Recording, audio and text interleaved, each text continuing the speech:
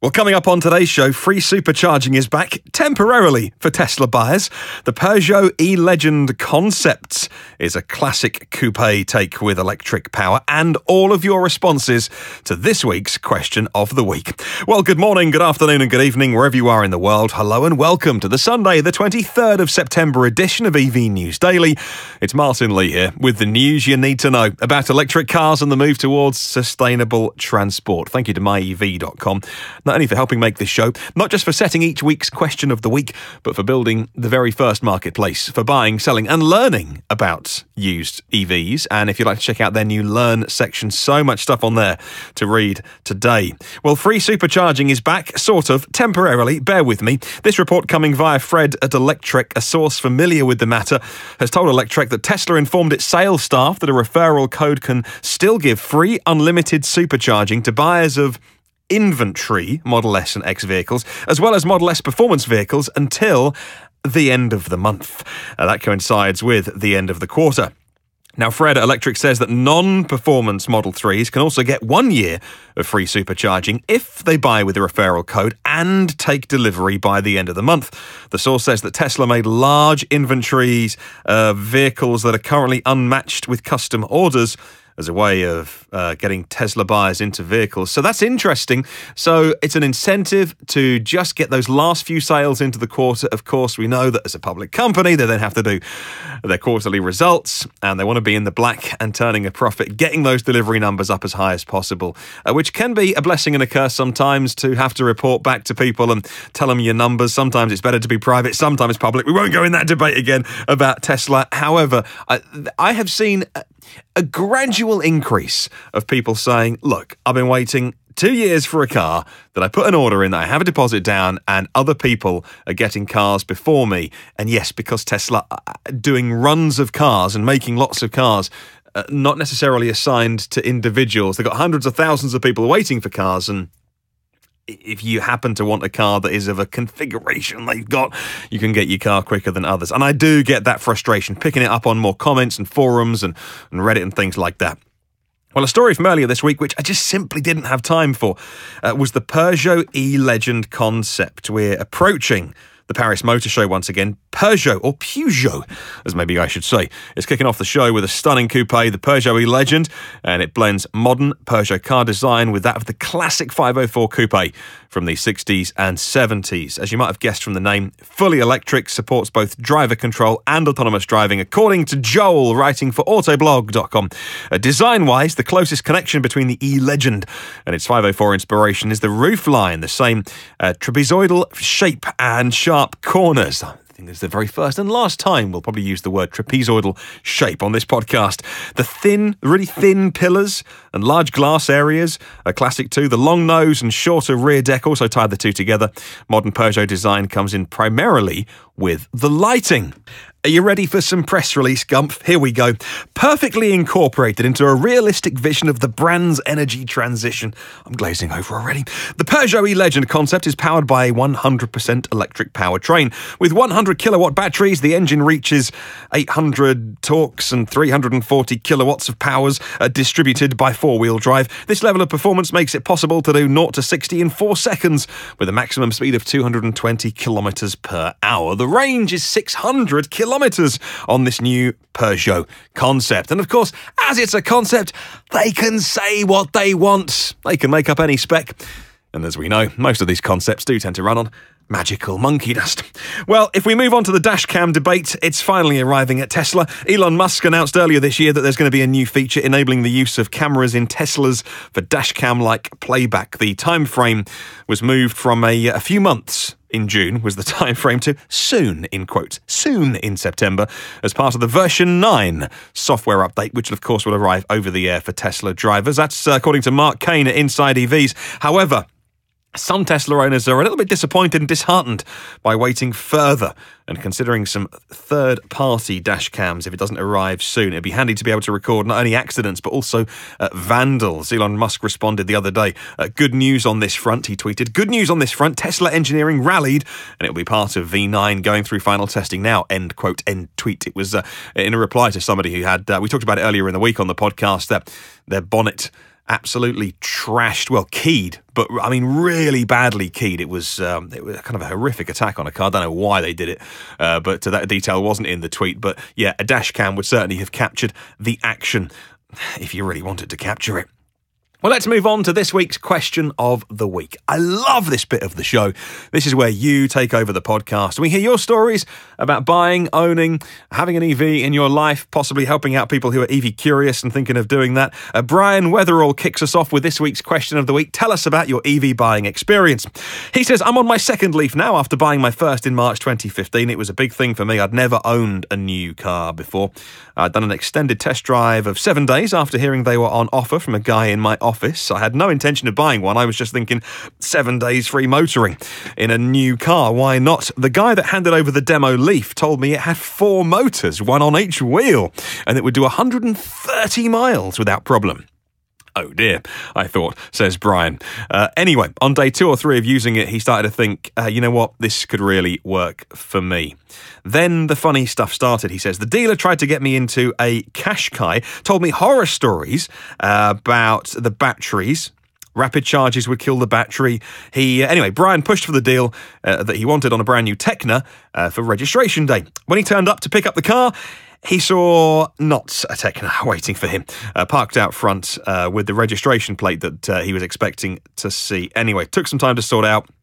Had to show him the order that he had bought a Tecna. He wasn't being delivered the car that he had bought.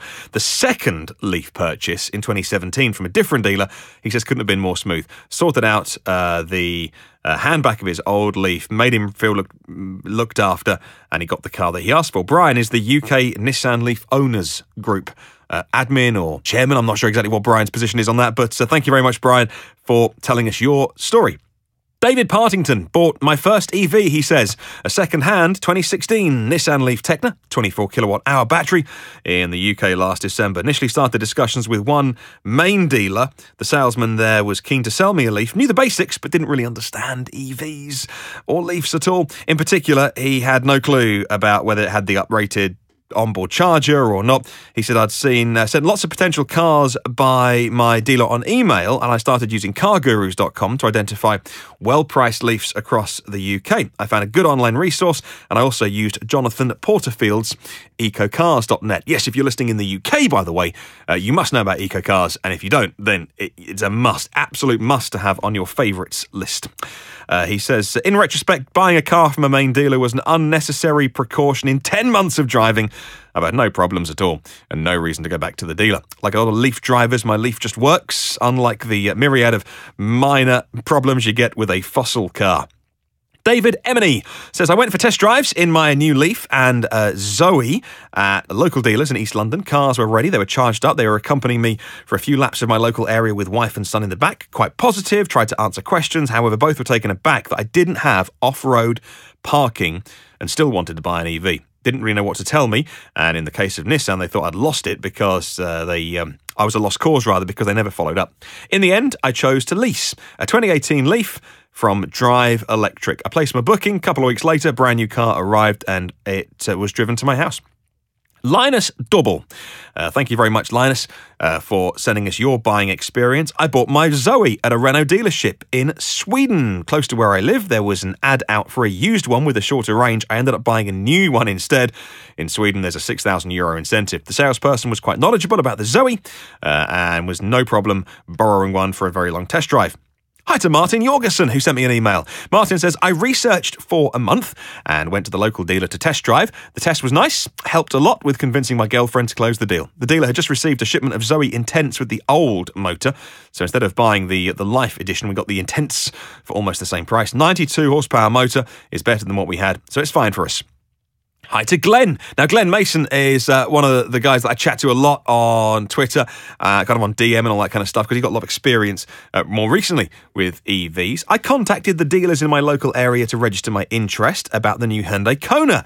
They had no information. I found everything I needed to know myself, and on most occasions, I knew more than they did. The one thing, says Glenn, that a dealer did assist me with was asking if I wanted to put a deposit down, which I did in April, though this, of course, is normal practice for getting a pre-sale.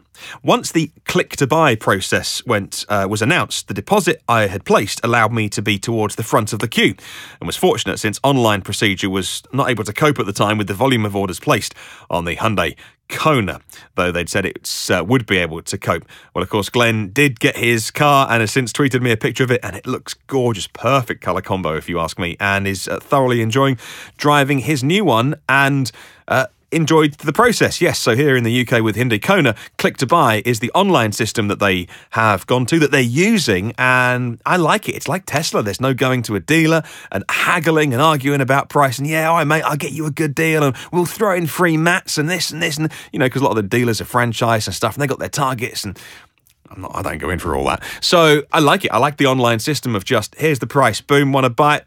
There you go. What's your car that you're trading in? Want to trade it in? Yeah, boom, let's go. I love that.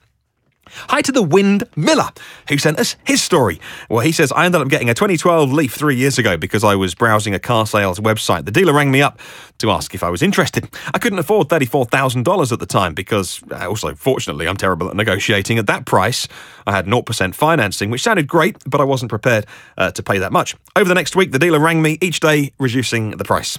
Finally, after refusing many offers, he went down to $30,000. I love my Leaf. It's the best car I've ever owned. I've learned a lot about dealer shenanigans from YouTube since then, says the Wind Miller. If I ever go to a dealer again, I'll be a lot more prepared. Well, look, that just backs up what I just said a minute ago. I hate all that kind of stuff. Like, what's the car? 34 grand. And each day, lower price, lower price, lower price. Look, what's the price of the car? And I'll make my mind up. I can't stand all of that stuff. Well, hi to Victor Wood.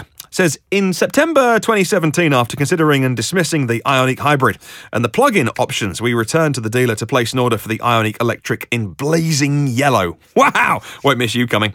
Delivery was stated as August for our preferred configuration. However, we could have the same one minus sunroof in April because of a cancelled order. So we went with that. In October, so a month later, we had a call saying that we could have one at the end of December if we wanted to take it. In the end, we got our car, called the Heart of Gold, in November.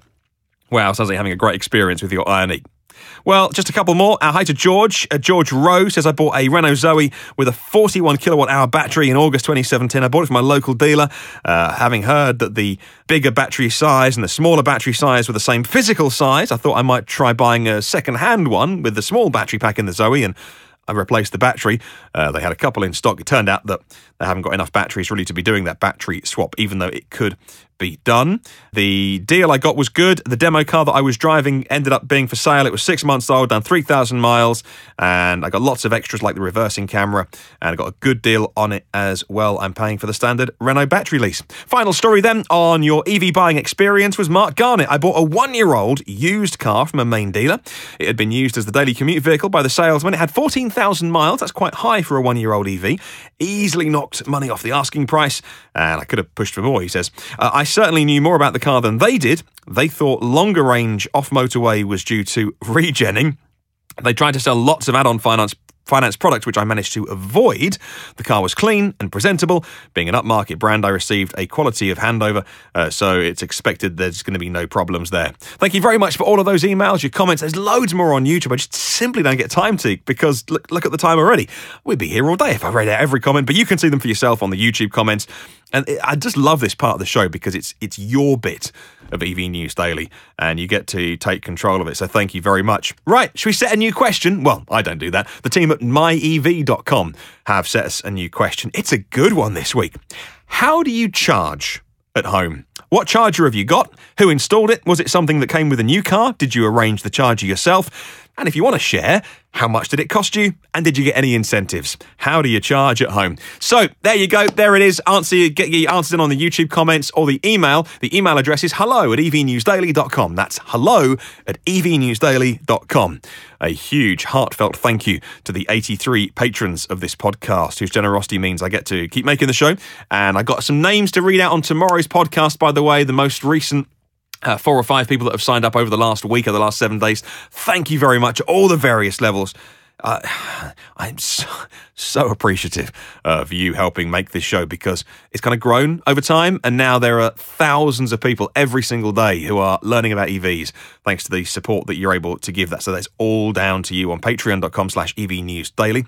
There are 243 previous episodes. They are online for free. It's a free resource for anybody in the world to have a listen to in all the usual places you get podcasts from. And if you want to hang out on the socials, search EV News Daily. Have a wonderful day. I'll catch you tomorrow.